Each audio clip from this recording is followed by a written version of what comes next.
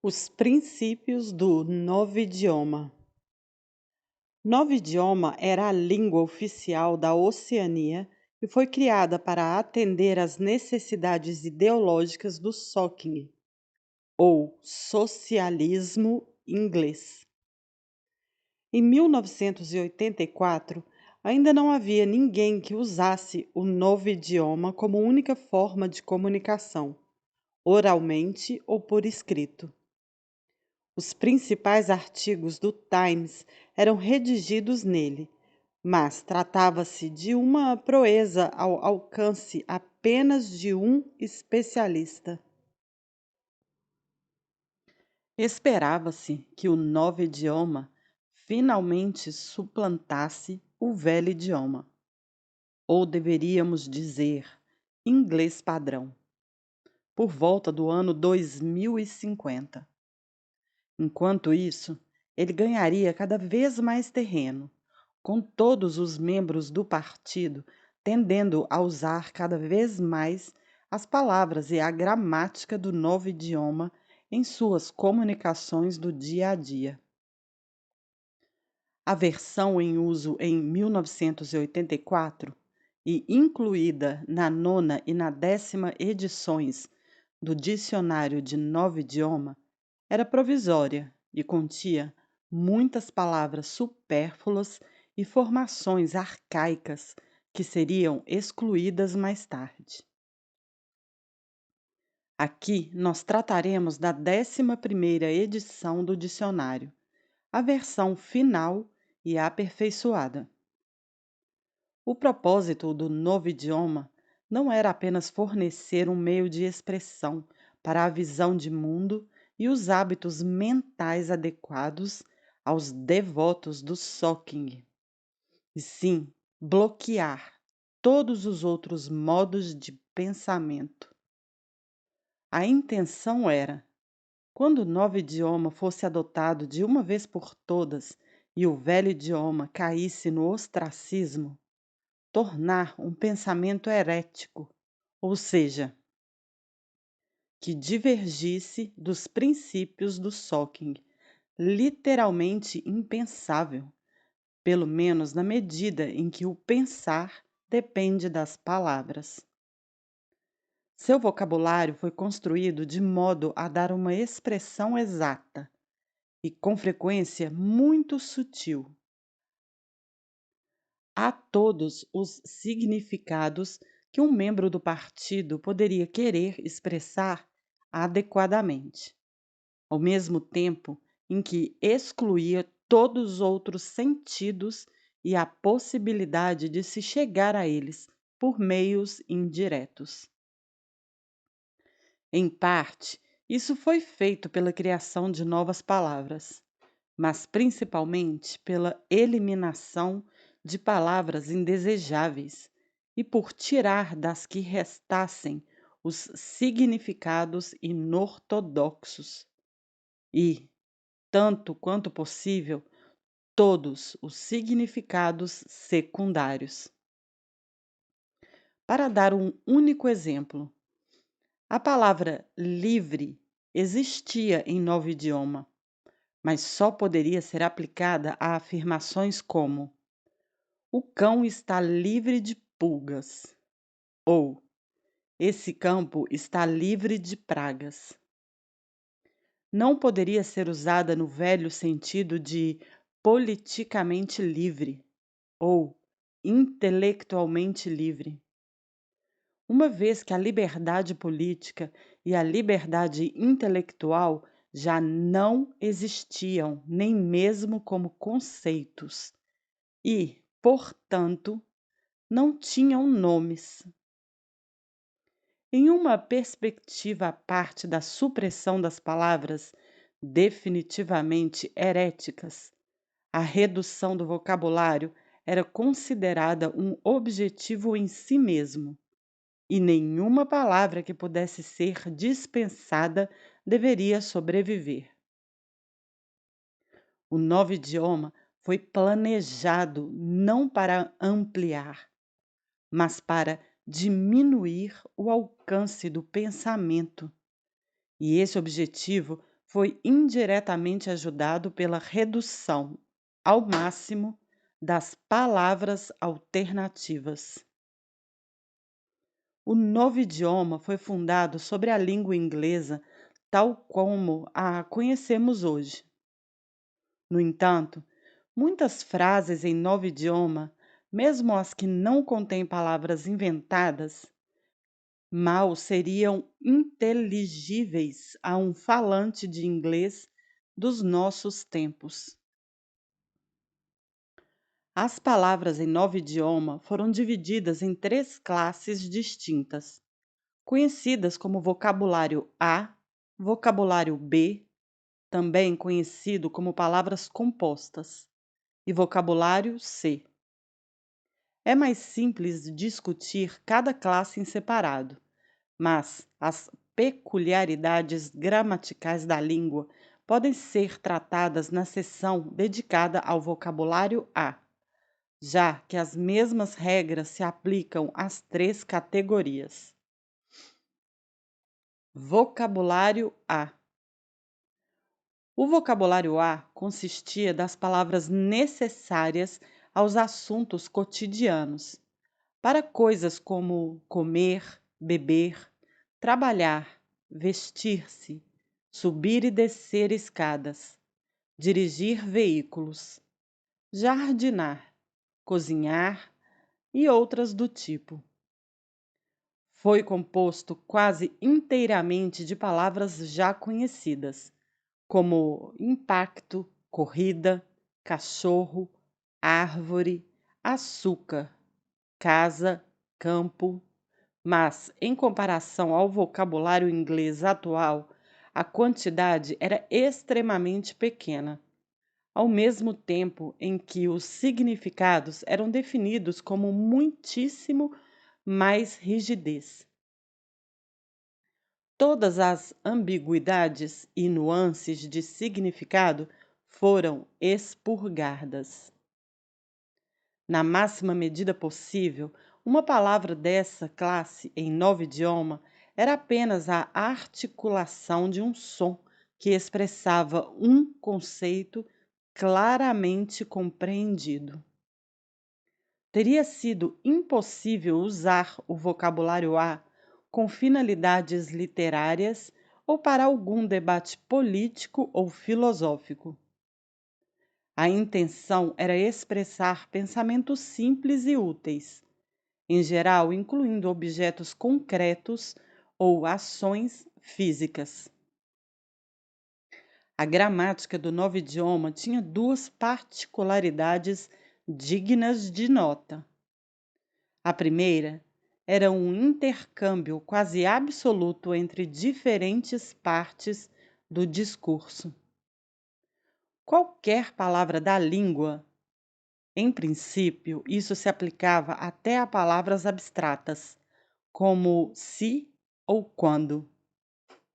Poderia ser usada como verbo, substantivo, adjetivo ou advérbio. Quando a forma verbal e a forma nominal tinham a mesma raiz, não existia nenhuma variação entre elas. A essa regra, por si só, já levara muitas formas arcaicas à destruição. A palavra pensamento, por exemplo, não existia em novo idioma.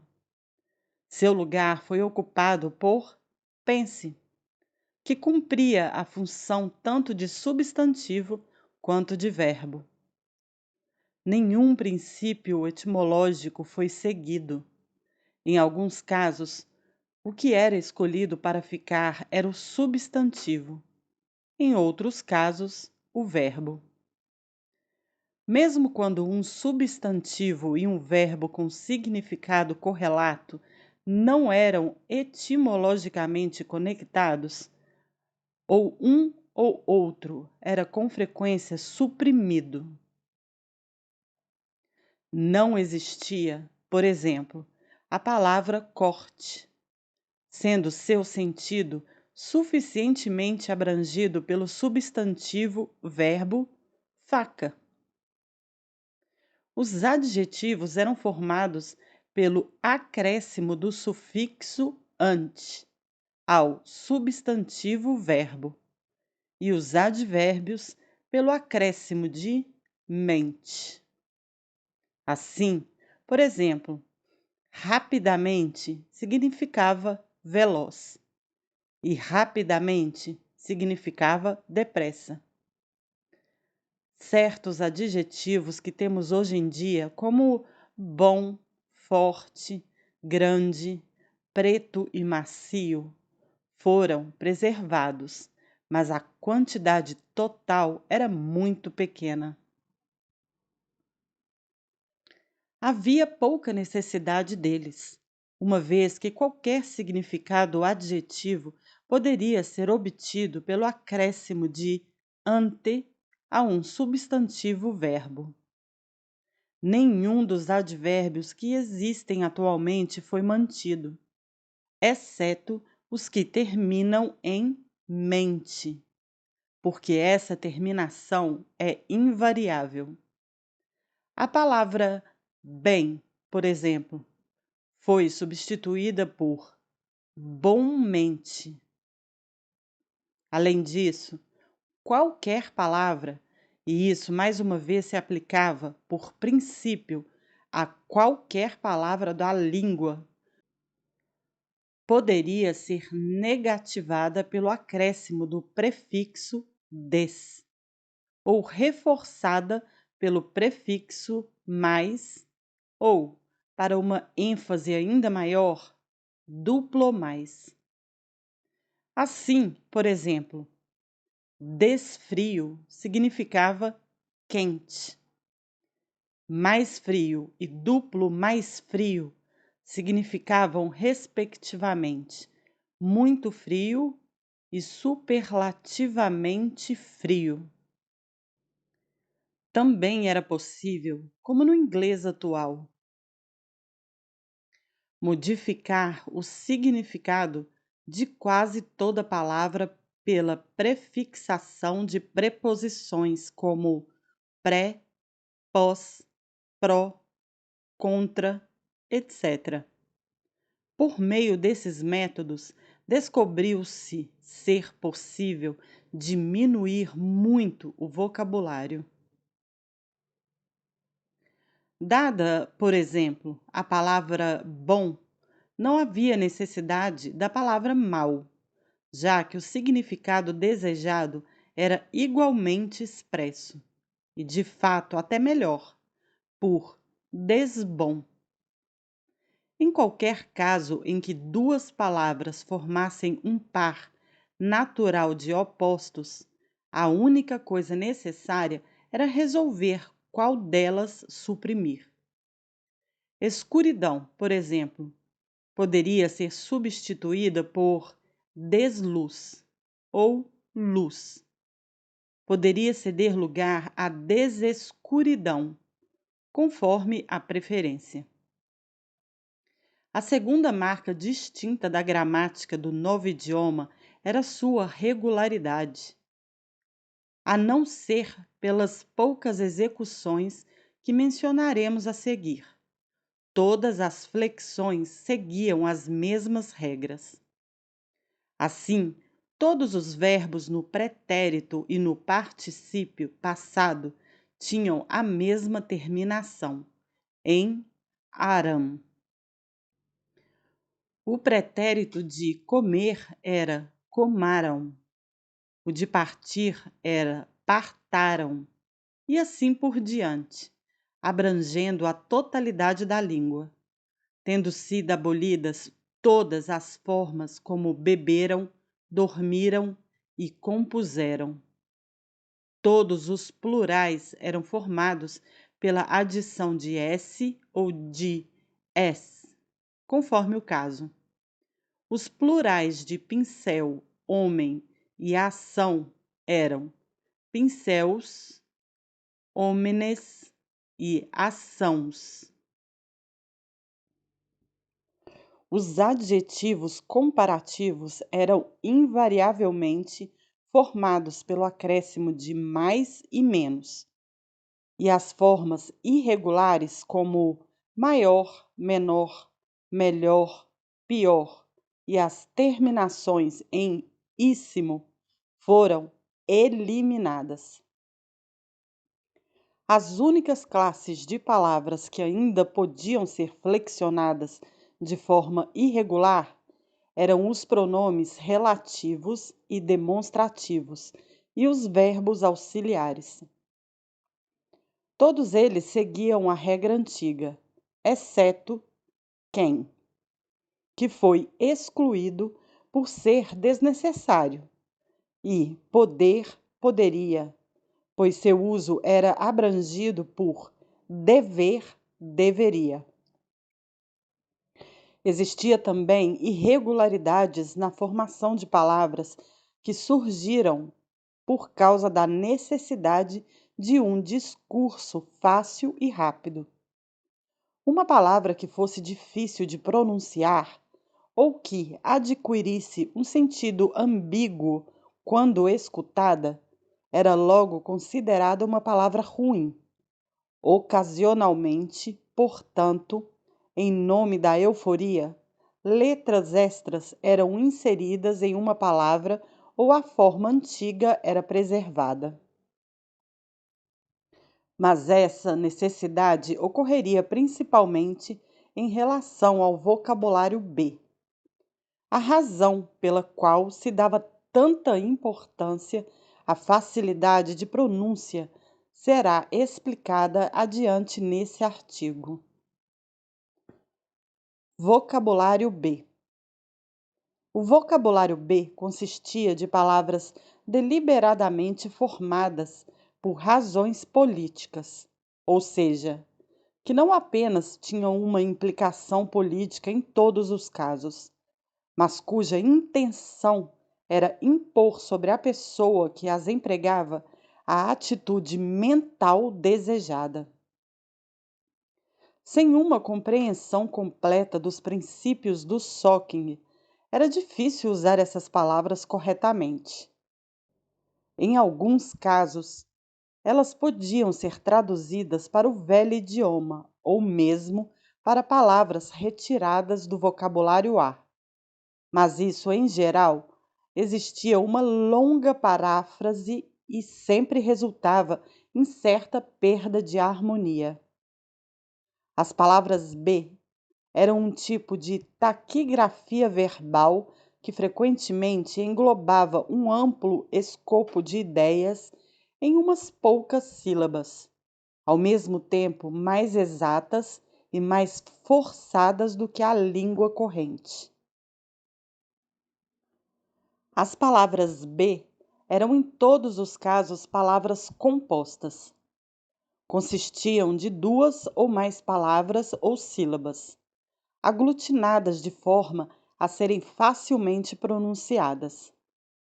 O amálgama resultante era sempre um substantivo-verbo, e a flexão se dava conforme as regras comuns. Para dar um único exemplo, a palavra bem pensar, que significava grosseiramente ortodoxia, ou, se alguém quisesse empregá-la como verbo pensar de maneira ortodoxa, as flexões eram as seguintes: substantivo-verbo, bem pensar, pretérito e particípio passado, bem pensado, particípio presente, bem pensente, adjetivo, bem pensante, advérbio, bem pensamente, substantivo, bem pensador. As palavras B não eram construídas com base em nenhum plano etimológico. As palavras das quais elas derivavam podia ser qualquer parte da linguagem, e elas podiam ser colocadas em qualquer ordem e cortadas de qualquer forma que tornasse sua pronúncia mais fácil, ao mesmo tempo em que indicasse sua derivação. Na palavra pensamento-crime, crime de pensar, por exemplo, o pensa vem em primeiro lugar, ao passo que em polícia do pensamento vem em segundo. E em sua última versão, a palavra perdeu sílabas. Poudopensa. Em razão de grande dificuldade de garantir a euforia, as formações irregulares eram mais comuns no vocabulário B do que na do vocabulário A. Por exemplo, as formas adjetivas de miniver, minipaz e mini-amor eram, respectivamente, mini-verdadeiro, mini-pacífico e mini-amoroso, simplesmente porque verdadante, pacificante e amorante eram de pronúncia ligeiramente estranha. Em princípio, porém, todas as palavras da classe B podiam ser flexionadas, e todas flexionavam do mesmo modo. Algumas das palavras B tinham significados muito sutis, dificilmente inteligíveis, para aquele que não dominasse o idioma como um todo.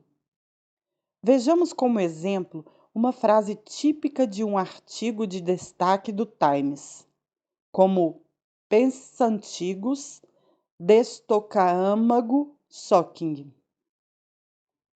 Em velho idioma, a interpretação mais curta que se pode fazer disso seria: aqueles cujas ideias foram formadas antes da Revolução não conseguem ter uma compreensão emocional completa dos princípios do socialismo inglês. Mas essa tradução não é adequada. Logo de início, para captar o sentido pleno da frase em 9 idiomas citada, a pessoa precisaria ter uma ideia clara do que significa shocking.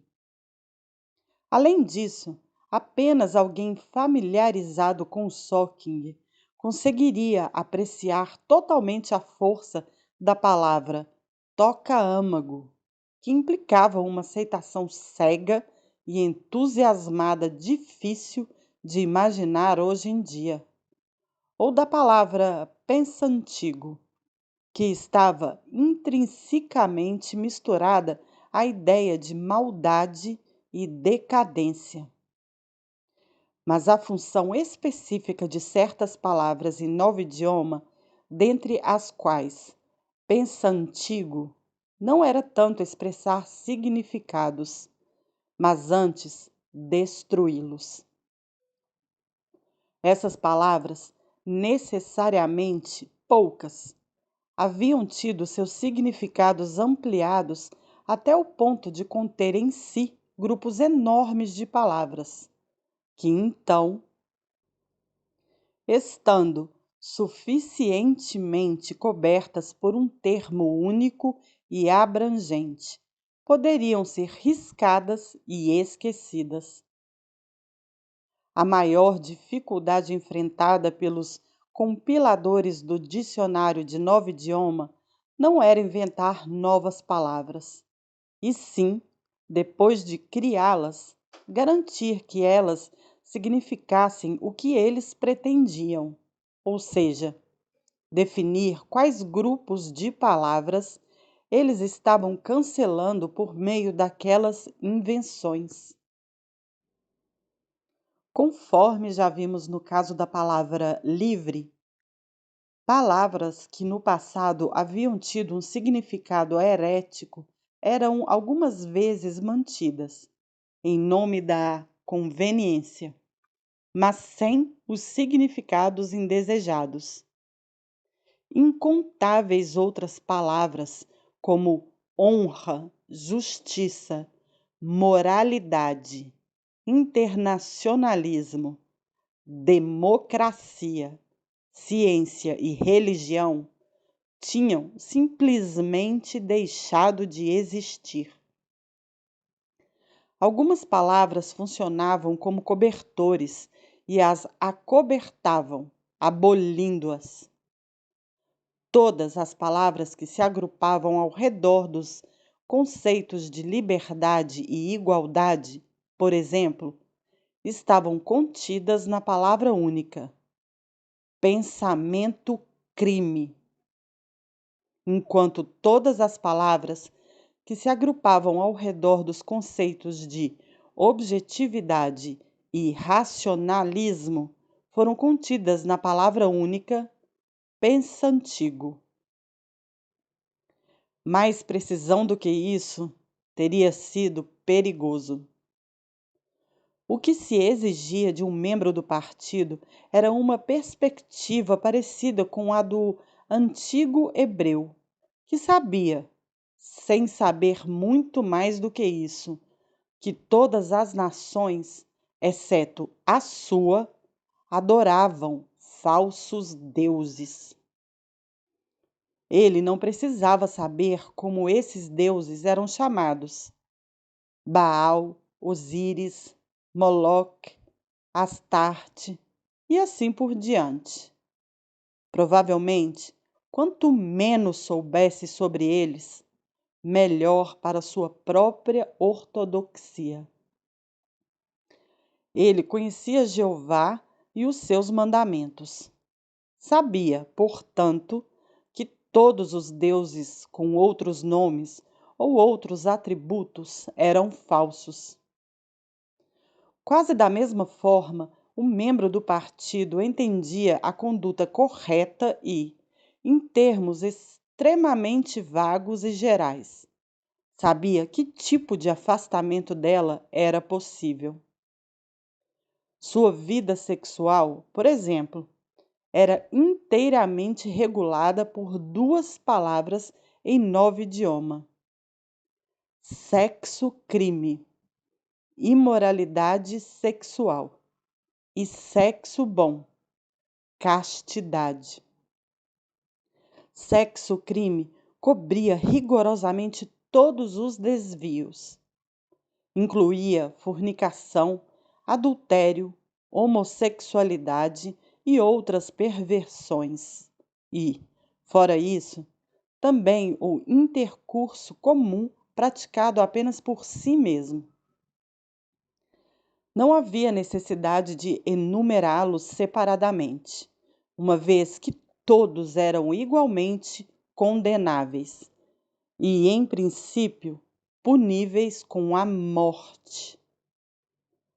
No vocabulário C, que consistia de palavras científicas e técnicas, poderá ser necessário dar nomes específicos a certas aberrações sexuais, mas o cidadão comum não tinha necessidade deles.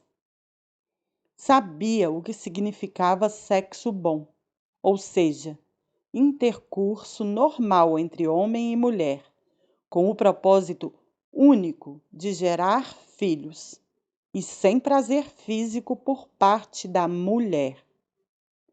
Todo o resto era sexo-crime. Em 9 idiomas, raramente era possível avançar em um pensamento herético, além do ponto em que se sabia que ele era herético. Daí em diante, as palavras necessariamente eram inexistentes. Nenhuma palavra do vocabulário B era ideologicamente neutra. Grande parte era de eufemismos. Palavras como Campalegre, campo de trabalhos forçados, e Minipaz, Ministério da Paz, isto é, Ministério da Guerra, significavam quase o exato oposto do que aparentavam ser. Em contrapartida, algumas palavras demonstravam uma compreensão franca e desdenhosa da real natureza da sociedade da Oceania. Um exemplo seria rangoproleta, significando o entretenimento de má qualidade e as notícias espúrias que o partido oferecia às massas. Por um terceiro aspecto, outras palavras eram ambíguas, tendo uma conotação boa quando aplicadas ao partido e ruim quando aplicadas ao inimigo. Para completar, havia ainda muitas palavras que aparentavam ser meras abreviações e que extraíam sua essência ideológica não de seu significado, mas de sua estrutura. Tanto quando se conseguiu, tudo que tinha ou pudesse ter um significado político qualquer foi encaixado no vocabulário B. O nome de cada organização ou grupo de pessoas, ou país, ou instituição, ou edifício público era invariavelmente reduzido à forma conhecida, ou seja, uma única palavra, de pronúncia fácil, com o menor número possível de sílabas, capaz de preservar a raiz original. No Ministério da Verdade, por exemplo, o Departamento de Registros, no qual Winston Smith trabalhava, era chamado de DEREG. O Departamento de Ficção era chamado de DEFIC. O Departamento de Teleprogramas era chamado de DETEL. E assim por diante. Isso não foi feito com o objetivo único de poupar tempo. Mesmo nas primeiras décadas do século XX, contrações de palavras e frases eram um dos atributos característicos da linguagem política. Já então, se notava que a tendência ao uso de abreviações desse tipo era mais acentuada em países e organizações totalitários. Palavras que exemplificam isso: nazismo, Gestapo, Comintern, Agritprop. No começo, a prática foi adotada como se fosse instintiva, mas em novo idioma era usada como uma finalidade consciente. Percebeu-se que, ao abreviar assim o nome, uma pessoa o limitava e sutilmente alterava seu significado, ao eliminar a maior parte das associações que, do contrário, permaneceriam ligadas a ele. As palavras internacional comunista, por exemplo, evocam uma imagem composta de fraternidade humana universal. Bandeiras vermelhas, barricadas, Karl Marx e a Comuna de Paris. A palavra Comintern, por sua vez, sugere apenas uma organização muito unida e um corpo doutrinário bem definido. Refere-se a algo quase tão facilmente reconhecido e igualmente limitado em seu propósito, quanto cadeira ou mesa.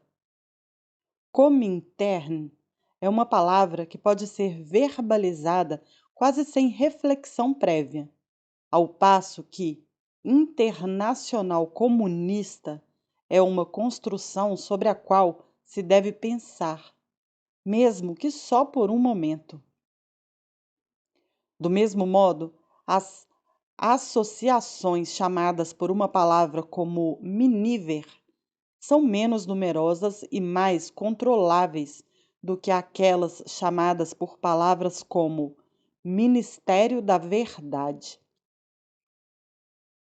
Isso explicava não apenas o hábito de abreviar sempre que possível, mas também o cuidado quase exagerado que se tomava para tornar todas as palavras facilmente pronunciáveis. Em novo idioma, a euforia suplantava toda consideração, menos a exatidão de significado. A regularidade da gramática era sacrificada a ela sempre que necessário. E com razão, uma vez que se exigia, acima de tudo por motivos políticos, palavras encurtadas, de significado definido, que pudessem ser verbalizadas depressa e despertassem o mínimo de lembranças na mente do falante. As palavras do vocabulário B até ganhavam força pelo fato de todas serem bastante parecidas. Quase invariavelmente, essas palavras, bem pensar, mini-paz, sexo-crime, despessoa, campa alegre, poldopensa e inúmeras outras, tinham 3 ou 4 sílabas, com a sílaba tônica distribuída igualmente entre a penúltima e a última. Seu uso incentivava um estilo corrido de discurso, ao mesmo tempo marcado e monótono. E esse era exatamente o objetivo. A intenção era tornar o discurso, em especial sobre algum tema não neutro ideologicamente, o mais independente possível da consciência. Para as questões cotidianas era sem dúvida necessário, ou algumas vezes necessário, refletir antes de falar. Mas um membro do partido convocado a fazer um julgamento político ou ético deveria ser capaz de descarregar as opiniões certas tão automaticamente quanto uma metralhadora descarrega munição. O treinamento o capacitava a isso. A linguagem lhe fornecia um instrumento quase à prova de enganos, e a textura das palavras, com sua sonoridade áspera e feiura quase intencional, ajustada ao espírito do Socking, dava ainda mais suporte ao processo. O mesmo aconteceu com o fato de existirem poucas palavras entre as quais escolher. Em relação ao nosso, o vocabulário em novo idioma era minúsculo e novos modos de reduzi-lo estavam sendo constantemente criados. O novo idioma, de fato, diferia de quase todas as demais línguas no fato de seu vocabulário se reduzir, em vez de se ampliar ano a ano. Cada redução era um ganho, visto que, quanto menor a possibilidade de escolha, menor a tentação de parar para pensar. Em última instância, esperava-se que o discurso articulado fosse emitido a partir da laringe, sem envolver em absoluto as estruturas superiores do cérebro. Esse objetivo foi abertamente admitido na palavra em novo idioma grasnafala, significando grasnar como um pato. Como diversas outras palavras no vocabulário B, grasnafala era ambígua. Se as opiniões grasnadas fossem ortodoxas, não significava nada além de elogio. E quando o Times se referia a um dos oradores do partido como um duplo mais bom grasnafalador, estava fazendo um cumprimento caloroso e valorizado. Vocabulário C. O vocabulário C era suplementar aos demais e consistia inteiramente de termos científicos e técnicos parecidos com os que empregamos hoje e foram construídos a partir das mesmas raízes, mas tornou-se o cuidado habitual para defini-los rigidamente e limpar seus significados indesejados. Eles seguiam as mesmas regras gramaticais que as palavras dos outros 2 vocabulários. Bem poucas palavras C tinham valor na comunicação cotidiana ou nos discursos políticos. Qualquer trabalhador ou técnico da área científica encontraria todas as palavras de que precisasse na lista dedicada à sua própria especialidade, mas raramente dispunha de mais do que o básico das palavras pertencentes às outras listas.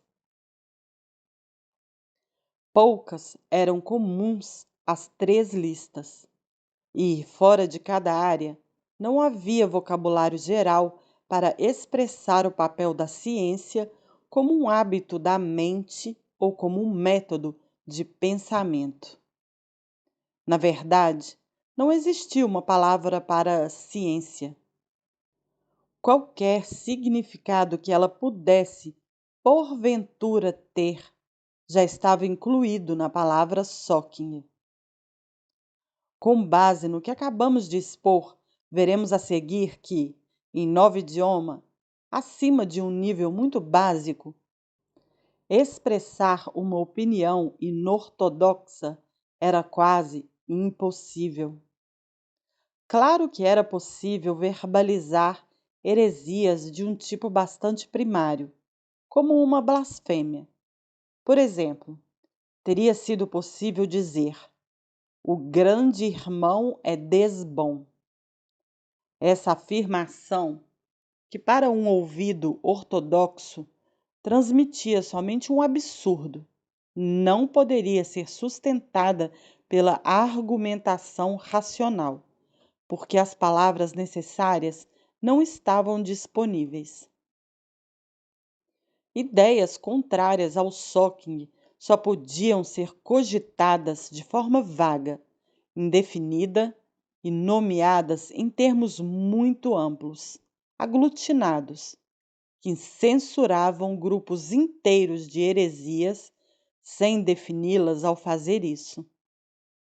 De fato, uma pessoa poderia usar o novo idioma como objetivos inortodoxos ao traduzir artificialmente algumas palavras de volta para o velho idioma. Por exemplo, todos os homens são iguais. Era uma sentença possível em novo idioma, mas apenas no mesmo sentido em que todos os homens são ruivos. É uma sentença possível em velho idioma. Não há um erro gramatical, mas expressa uma verdade palpável, isto é, que todos os homens são de igual altura, peso ou força. O conceito de igualdade política não existia mais, e esse segundo significado tinha sido expurgado da palavra igual.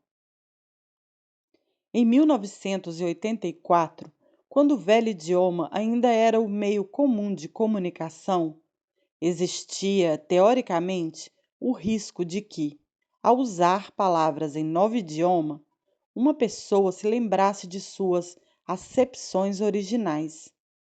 Na prática, não era difícil, para uma pessoa bem familiarizada com o duplo pensar, evitar isso. Mas no intervalo de umas poucas gerações, até a possibilidade de um lapso desses teria desaparecido. Uma pessoa que crescesse tendo o novo idioma como uma única língua não saberia que igual havia antes tido o significado secundário de politicamente igual, ou que livre um dia já significara intelectualmente livre. Da mesma forma como uma pessoa que nunca tem ouvido falar de xadrez não entenderá os significados secundários associados à rainha ou torre. Haveria muitos crimes e erros que estariam além do que essa pessoa poderia cometer, simplesmente porque eles não tinham nomes e eram, portanto, inimagináveis. Previa-se que, conforme o tempo passasse, as características distintivas do novo idioma se tornariam mais e mais acentuadas. A quantidade de palavras cada vez menor, seu significado cada vez mais limitado e a chance de usá-las de modo inadequado sempre diminuído. Quando o velho idioma fosse superado de uma vez por todas, o último vínculo com o passado teria sido cortado. A história já tinha sido reescrita, mas ainda sobreviviam aqui e ali fragmentos da antiga literatura, censurada de um modo falho. E, se uma pessoa preservasse o conhecimento que tinha do velho idioma, conseguiria ler. No futuro, tais fragmentos, mesmo que sobrevivessem, seriam incompreensíveis e intraduzíveis.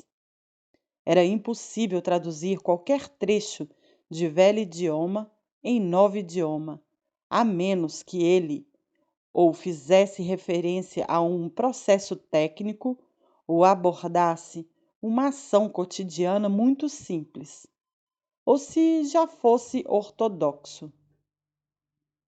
Bem pensante seria a expressão em novo idioma, em sua tendência. Na prática, isso significava que nenhum livro escrito antes de 1960, aproximadamente, poderia ser traduzido como um todo. A literatura pré-revolucionária só seria passível de tradução ideológica, ou seja, de alteração do sentido, além de alteração da língua. Vejamos, por exemplo, essa famosa passagem da Declaração de Independência. Consideramos essas verdades autoevidentes, que todos os homens são criados iguais, que são dotados pelo Criador de certos direitos inalienáveis, que entre eles estão a vida, a liberdade e a busca da felicidade. Que, para assegurar esses direitos, governos são instituídos entre os homens e alcançam seu poder graças ao consentimento dos governados. Que, quando qualquer forma de governo se torna destruidora de tais finalidades, é direito do povo alterar ou abolir este governo e instituir um novo. Teria sido impossível transpor esse trecho para novo idioma, mantendo o sentido original. O mais perto que se poderia chegar nessa direção seria reduzir a passagem inteira em uma única palavra: pensamento-crime. Uma tradução completa só poderia ser uma tradução ideológica, pela qual as palavras de Jefferson seriam transformadas em um elogio ao governo absolutista. Uma boa quantidade da literatura do passado já vinha sendo transformada desse modo. Considerações de prestígio tornavam desejável preservar a memória de certas figuras históricas, ao mesmo tempo em que as conquistas delas eram postas em linha com a filosofia do Socking.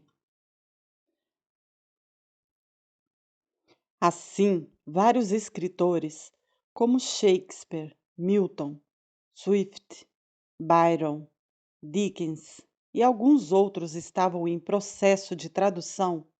Quando a tarefa fosse concluída, seus textos originais, com todo o resto da literatura do passado que houvesse sobrevivido, seriam destruídos. Essas traduções resultavam de um trabalho lento e difícil, e não se esperava que fosse terminado antes da primeira ou da segunda década do século XXI. Havia também grandes quantidades de literatura meramente utilitária, como manuais técnicos indispensáveis e coisas afins, que precisavam passar pelo mesmo processo. Foi principalmente para dar tempo ao trabalho preliminar de tradução que a adoção final do novo idioma foi estabelecida para uma data tão tardia como 2050.